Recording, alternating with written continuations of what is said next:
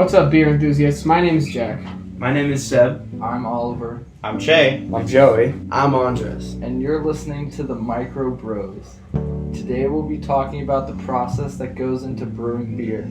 Our main focus was a specific beer made by the Brooklyn Brewery in New York, known as the Brooklyn East IPA. We all studied a different aspect of the process and will each be narrating an episode in the series. In order to gather information, we went on a tour of Brooklyn Brewery, interviewed a few people, as well as a lot of online research. Our beer is a pretty widespread product, with a surprisingly complicated process going into it. We hope you enjoy this podcast as much as we hated making it. During the making of this podcast, we only ever encountered one major setback. Our initial plan was to all go back to the brewery and ask some questions regarding the beer making process during the tour. However, Che and Joey were the only ones who were able to go the first time, and the second time got canceled the day of. This meant that we couldn't get any of the necessary information to properly research the product, which effectively just led to us panicking about how we were going to finish the podcast during the last couple of days before break started. Even after the visit and all the research we had done in the classroom, most of us still had questions left unanswered. Some due to errors in communication with those who actually made it to the brewery, and a few that just didn't get asked in time. Having the opportunity to learn more about a subject is great and has the potential to produce new ideas and ways of sharing them. But our way of doing this was writing a podcast for a school assignment, which, as we know, does not exactly call for the most inspired of writing. Jesus. Still, we shouldn't let the perfect be the enemy of the good, and we were even able to get it together and schedule a call with Scott Simpson, the lead lab technician at Brooklyn Brewery, which helped quite a bit, even if we were in the midst of losing our minds over the perfection of our first semester projects. He also told us a lot more about the history of IPAs and beers as a whole. We gained tons of insight as to how brewers over hundreds of years have perfected their craft, providing consumers with the best possible beer experience. Beer can be made from a variety of grains, like corn, rye, wheat, rice, and oats. Different grains can create different tastes in the beer. The base malts compose the majority of the grains of the beer, while specialty malts compose the minority of the beer, but add unique textures, flavors, and characteristics. There is a general consensus among tasters that corn malts would create flavor of the beer, and oat malt would create something like a creamier brew. However, the specialty malts are not present in every beer.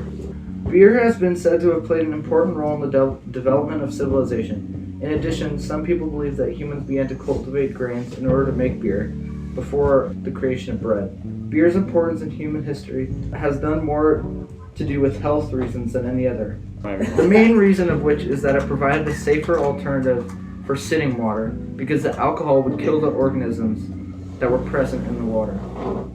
Beers made from a variety of grains have been used in many ancient cultures around the world. In modern day, barley is the primary grain used to make beer, and therefore is the focus of this section. Barley has been selectively bred over many years into two varieties, 2 and 6 row, for two different reasons. 6 row barley has been bred to have an increased output for livestock feed. Historically, 2 row barley has been primarily used in brewing beer. The 2 row barley is easier to work with when making beer. The kernels are more consistent in size, which means that they require less sorting. It's also easier to grind the 2 row variant. The 6 row barley has a slower germination rate, which makes the malting process longer. However, in the last century or so, there has been some changes to lower the amount of differences between the two. There are many pros and cons of each, however, this is an extensive list too long to repeat. The main reasons that 2 row is commonly used over 6 row in non-American countries is that it has a lower enzyme content and an overall mellower taste, which can be beneficial to brewers who want to augment the taste with other flavors like hops. Next, I will be talking about some steps that farmers take to ensure a good harvest. However, I will be excluding some information like the anatomy and the detailed growth stages of barley itself. Due to industrial agricultural practice, the farmers need to identify specific stages in the growth of barley. Farmers mark down these stages and have a map of when to use harmful products, such as fertilizers and pesticides. Using them at the correct time is critical to being successful. Another crucial part of the growing process of barley is the harvesting. To produce the maximum amount of viable barley, the timing and the handling of the harvest is paramount. There are many ways of how mass quantities of barley are harvested, but I'll just be talking about the cheapest and most common method of harvesting barley, which is the dry head method. Farmers determine the time of harvest when the moisture content of the grain is less than 12%. In addition, the grain will have to just be ripened to lower the amount of lost grain due to factors like wind damage. Even though it is the cheapest, it is much more unreliable than other methods. Since farmers want to make the most money possible, they need to figure out the most cost-effective way to grow, harvest, and distribute the grain. The selling of 2-row barley is also significantly more tedious than the 6-row variety. This is mainly to do with what it is being used for. Farmers may need to take action to ensure their quality. The next steps occur after harvesting, but prior to distribution, and is critical to ensuring that the grain can be sold. Post-harvest factors such as the grain storing wet because of high moisture content of the grain when harvested, over-threshing, and high temperatures can also reduce the final viable grain. To combat the high moisture, the grains require aeration. Consequently, a moisture content lower than 10% can cause grain skinning, which can kill the grain because it is no longer regulate water intake. Skinned grain can be detrimental to the brewer because of lower alcohol production. Farmers also need to make sure that the germination rate of the grain is at least 98% because it can lead to problems during the malting process.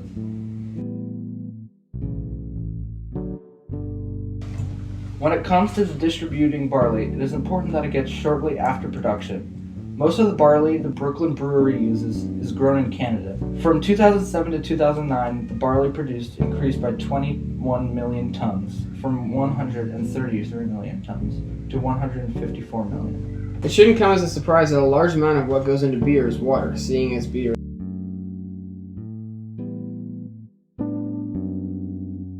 In fact, about 90 to 95% of the average beer is composed of water. According to Scott, who again is the brewery's lead lab technician, their beers are typically comprised of around 90% water, so it's important that they use the right kind.